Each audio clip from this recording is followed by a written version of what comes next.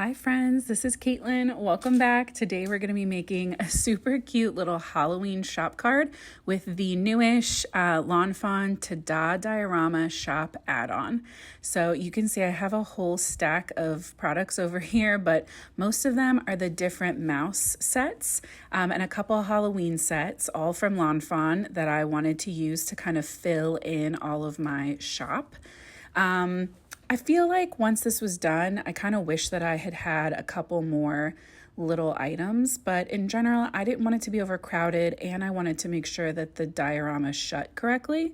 So I'm starting off with this little pumpkin trio, a little tombstone trio, and then I ended up with a couple little pumpkins and this really cute candy kind of bucket.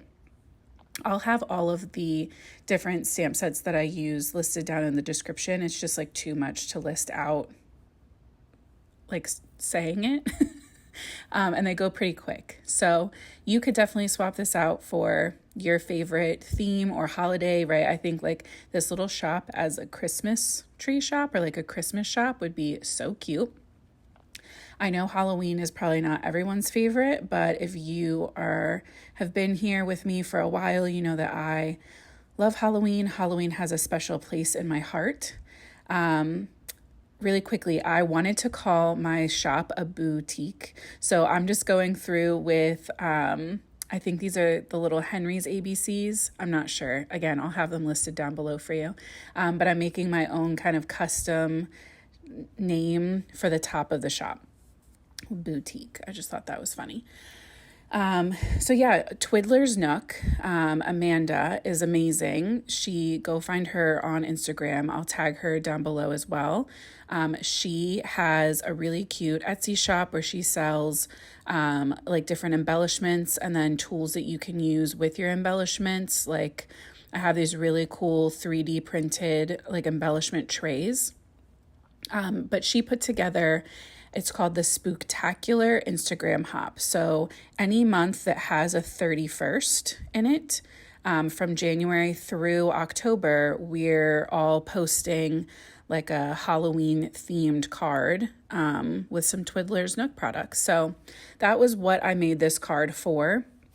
But honestly, as soon as I saw that shop add-on when Lawn Fawn did their promotion week, I knew that I was going to use it to make a Halloween shop. I don't know about you guys, but as soon as like the Spirit Halloween stores start opening, like I have to at least go look. I don't usually buy anything, but I have to go see what's available for the year. So yeah, my little mice I'm coloring in with these E70 markers. This isn't usually my go-to for the mice, but I love how the kind of purple undertone of these markers contrasts with the orange and the red that we're going to put in the background. The purple against the orange, even though it's not a true purple, even though it's like a purpley toned brown, it still pops differently than it would if they were like a cool gray or like a warm brown. Warm brown would kind of blend in a little bit with like the orangey red background. I don't think they get lost, but this definitely makes them really stand out, having that purple tone against our warm bricks. So yeah, I shaded these in. I did pull, like I said, from a couple different sets. I know that this is like the Autumn Know. He's my favorite mouse out of all of the mice on from Lawn Fawn, is this one that's like jumping up, doing like his little star jump. But yeah, they're just so cute. I had a lot of fun building this whole diorama. The Lawn Fawn dioramas are like the interactive card I feel the least confident in my abilities. I think it's because the little doors kind of move within the frame if you're not being like mindful of how you're opening them. And I have a feeling that it's like not even an error, but that it's however I'm putting them together. So if you've used the Ta-Da diorama or you've seen someone else use it besides Lawn Fawn and you're like, oh, they nailed it, or here's something that I found that made it easier to kind of keep everything together, please leave me a comment or point me in the right direction, because I love how this looks, but it just seems a little fiddly to me. And like I said, I feel like it's me. I feel like it's not the dyes. It's me. I wanted, of course, my little cat here to be a black cat, and I used the same neutral grays for my cat and my tombstones. I understand that there wouldn't be like actual tombstones in a Halloween shop, but I've seen plenty of those styrofoam ones in my day, and so I thought these would be cute to be like a little display in our shop. I went in with my white gel pen to give my mice some little freckles, and the one that does have his eye open, my white gel pen got a little carried away, but we will give him a little eye highlight back.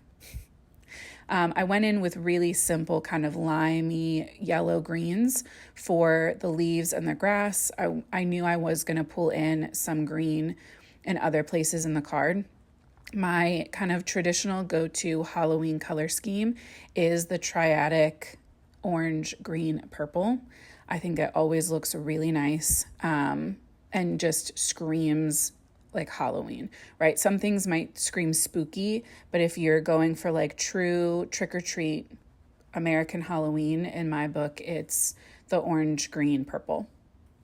And for that, I do prefer like a lime green and a bright orange. The purple, I usually go with either a true violet or like a pinky purple versus a blue purple, but that's just my preference.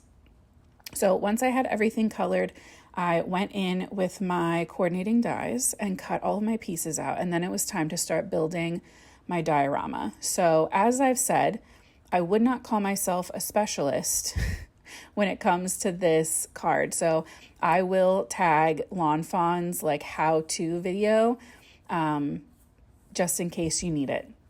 I also rewatch it every time before I use my interactive dies. I always rewatch the Lawn Fawn how-to video, intro video, for all of my interactive dies just to make sure I remember all of the steps. So the shop add-on has these really cute windows. So I am using the die. You line it up next to the die that cuts the little slits. The one that look like a boot almost, cut those little slits for your panels to go in. And then the little window gets cut out. I also use that same window to cut vellum.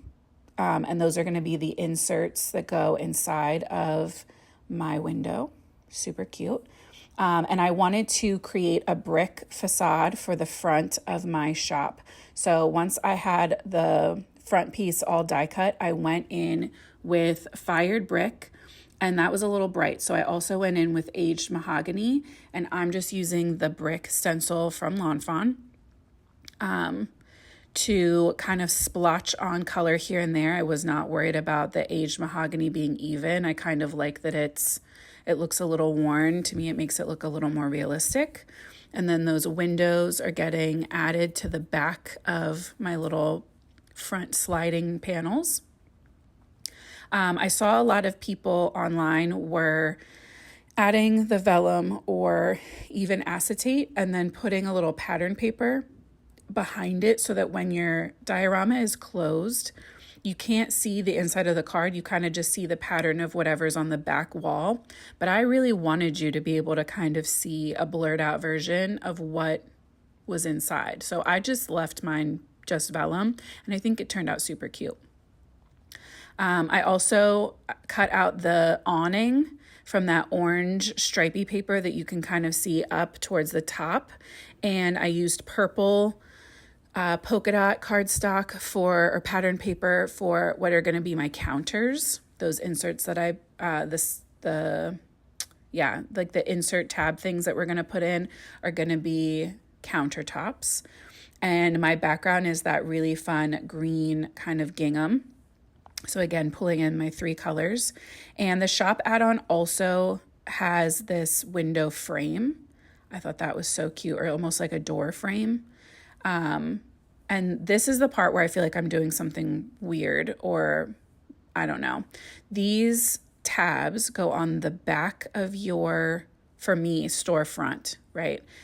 And when I assemble it, this shifts around, which maybe that's just how it has to be. Maybe they just shift and you just kind of shift them back when you're ready to open it. You line up the little U shape where your fingers kind of go on the tab with the front piece. And maybe it's the cardstock I'm using. Maybe I'm not folding them like tight enough. I don't know. I did add a little bit of this stitched kind of embossed piece here to make, again, more of like a true countertop. So it's like the whole thing is like a counter, sales counter, and then the little countertop just goes right across the front. I just thought that was like a little cute thing. You can also use these as your floor. It all just depends on how you adhere the rest of your scene. I wanted my awning to be popped up just a little bit, so I'm using these tiny little foam squares from Simon Says Stamp and placing them right across the top, and I'll get my awning in place and press that down. And then my little boutique sign is going to go just behind all of that. So when you open up the diorama, that's the little scene that you see, right? So we have the green gingham background, and I thought it was just a little plain. You would think with so much pattern I would be happy, but I took these little double bat stamps and I stamped them across the back, and also this tiny, teeny little spider, and put him in the front window. Then I went in with a black pen and made them so they're like little hanging bat decorations instead of, flying bats in an outdoor scene, a nighttime scene. So I wanted my little mouse to be high enough that you would see him. So he could be like jumping up behind the counter, or you don't really see his legs when you look at this straight on. So he kind of just looks like he's standing right behind the counter, just very excited. I added my pumpkin trio to that back counter. My little tombstone decorations are going on the front. I added the little cat to my front window. So I have the spider on one side and the cat on the other. And then these are little bat clay pieces from Twiddler's Nook, and I'm adding a tiny little bat to each scallop of my awning. And I just thought it was one little step that kind of helped take this from a normal little shop to a Halloween shop. So if you have tiny little, silver or gold circles that you want to add, or confettis that you want to add for your Christmas shop, or little clay piece wreaths or Christmas trees even, I just think that would be so cute. If you wanted to make like a Valentine's Day shop or a little florist, you could just swap them out for hearts or flowers. Little places that you can decorate where you can swap out whatever you want, I just think are so cute. So I added my boutique across the front. That little black squiggle between the letters I just did with a pen. Not my favorite work I've ever done, but it works for this. I added my two little mice, one on each side, and one is going to be holding that candy bucket. Like he's just out trick-or-treating, or he's just ready for Halloween. He's ready to go. And I did want to put this all on a card base. So the Ta-Da Diorama is smaller than an A2 size card. So you can leave it on its own. You can add a custom sized card base to the back, or you can put the whole thing onto an A2 card base. And so that's what I'm going to do. So because I had the purple and green really boldly inside, and the awning was the only place I had the orange, I grabbed some extra orange, and we're doing a tone-on-tone, really easy dot. I'm adding this very strong tape, double-sided tape, to the back of my card panel, my Ta-Da Diorama. And before I adhered it down, I also decided to grab these little moon and star clay pieces from Twiddler's Nook, just because the front still felt a little naked to me. I don't know. So I like the little extra pop of yellow. I think it's fun. It adds a little whimsy. And then I popped that right on top of my card panel. You could see I pressed down a little too hard, and that double-sided tape is no joke. So I barely tapped it and then was able to shift it. But once you press down, that's it. And I do think that adding this to that card base made it a little sturdier versus other ones that I've made. So that is what my little scene looks like. I added a couple more of those buckets inside just because I wanted to kind of fill up those counters. And you can see this folds up pretty flat, so it would be very easy to mail. And yeah, I just love this little Halloween shop. I hope that whether you're a Halloween person or not, or maybe you're not in the mood yet, that this will get you inspired to make whatever kind of shop you want to see, and play with adding multiple sets and digging through your stash to find some old favorites that maybe you haven't played with in a while. So thank you so much for coming to hang out with me. I will see you back here next week. And until next time, happy crafting.